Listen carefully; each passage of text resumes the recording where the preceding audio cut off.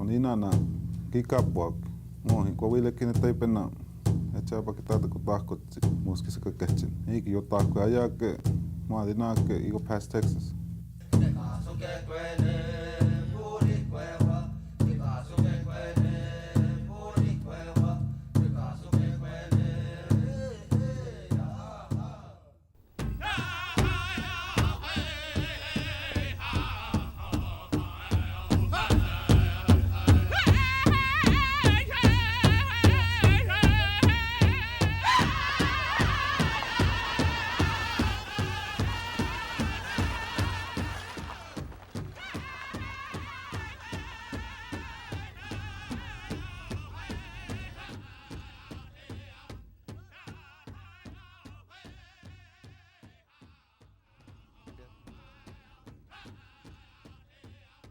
In the late 1940s, people using the border crossing linking Piedras Negras, Coahuila, Mexico, and Eagle Pass, Texas, built a curious site under the International Bridge on the small floodplain of the Rio Grande.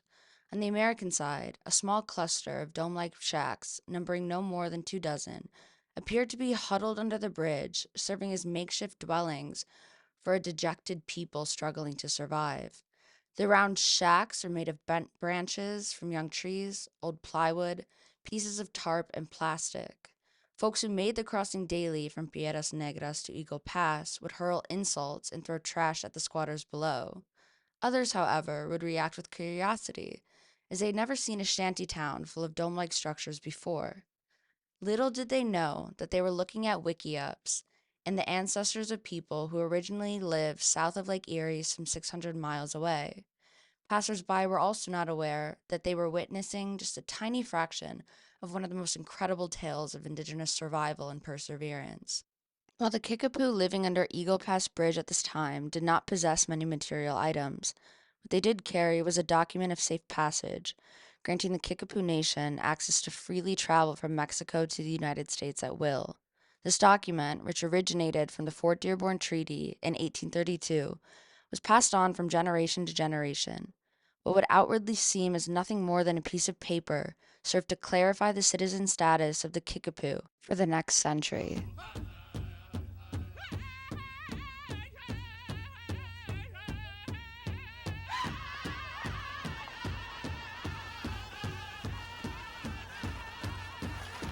In the early 1800s, around the time of first European contact, the Kickapoo were already having run-ins with settlers from the fledgling United States. The first treaty with the U.S. was signed in 1803, which granted Kickapoo land rights and hunting rights. 5 more treaties proceeded with the American government, eventually leading to their relocation at a reservation in southwestern Missouri. Lasting from 1820 to 32, the Kickapoo were once again removed, yet this time it was on their own request, into another reservation near Fort Leavenworth, Kansas. This move was sparked by persistent conflict with American settlers squatting on their federally recognized lands, as well as an increase in presence of the Iroquois who were coming in from the eastern U.S.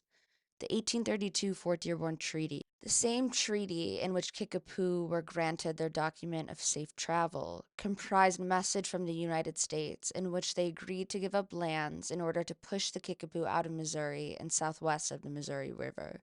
Within this document, the U.S. promised that this land would be their permanent home so long as they remained a tribe, while admitting to the repossessing of the land previously given to the tribe in 1822.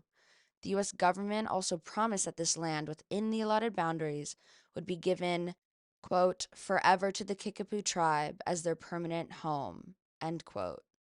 The Kickapoo, located in the Kansas reservation, were granted lands by the Mexican government to settle in Texas at the same time, in order to serve as a buffer to other more warlike and violent indigenous groups, as well as American expansionism. During the Texas Revolution, there were several hundred Kickapoo living in Texas.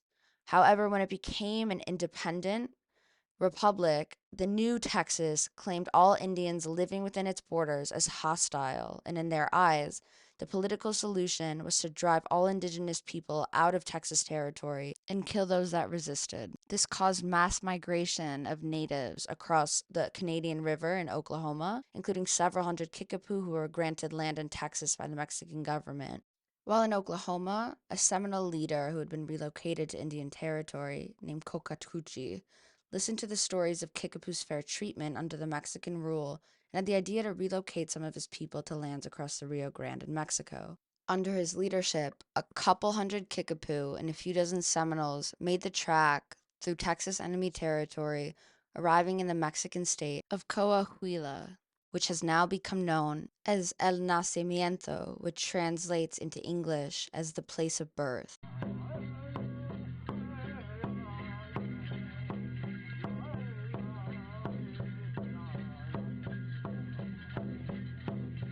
Multi-sited ethnography is a method of ethnographic research that incorporates multiple physical locations and settings into an analysis.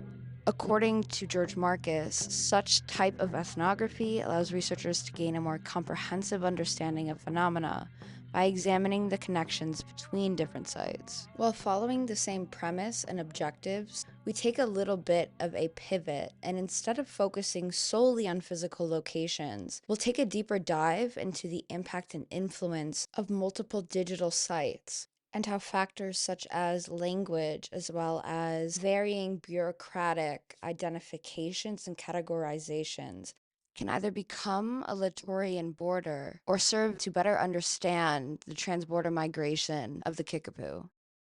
When typing Kickapoo, as is spelled in the English language, into a search engine, the history and information generated is largely focused on the Kickapoo bands currently recognized by the federal government in the United States. This includes the Oklahoma band of Kickapoo, the Kansas band, as well as the traditional tribe of Texas. Nevertheless, as we have learned and seen through this documentary, there are a number of Kickapoo who still reside in Coahuila, Mexico. So where are they, and how closely are they related to their Kickapoo cousins in the United States?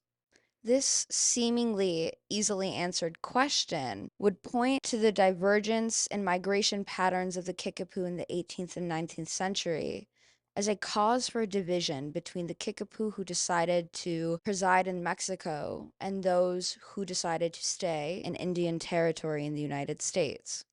Yet a multi-digital sided ethnographic approach, by something as easy as changing the English spelling of Kickapoo to that of the Spanish, paints a different picture, one of rich culture that has continued to thrive both in Coahuila, Mexico,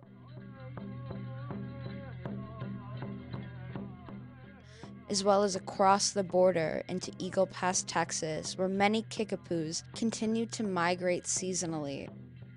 This type of ethnography allows us to see how the Kickapoo have maintained much of the same traditions as they did living south of the Great Lakes, in Texas, and as they continue to do in Mexico.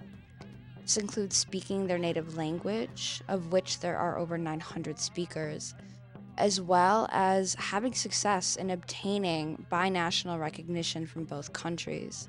This means that regardless of their citizenship status, the Kickapoo were nevertheless able to migrate across the same Eagle Pass, Texas border and return to El Nacimiento. And the same goes for Mexican Kickapoo, who still maintain the same freedoms to go and seek work in the U.S. Nevertheless, in the past 2 years, migration has gotten increasingly more difficult due to both COVID as well as the construction of the wall along the southern border of Texas.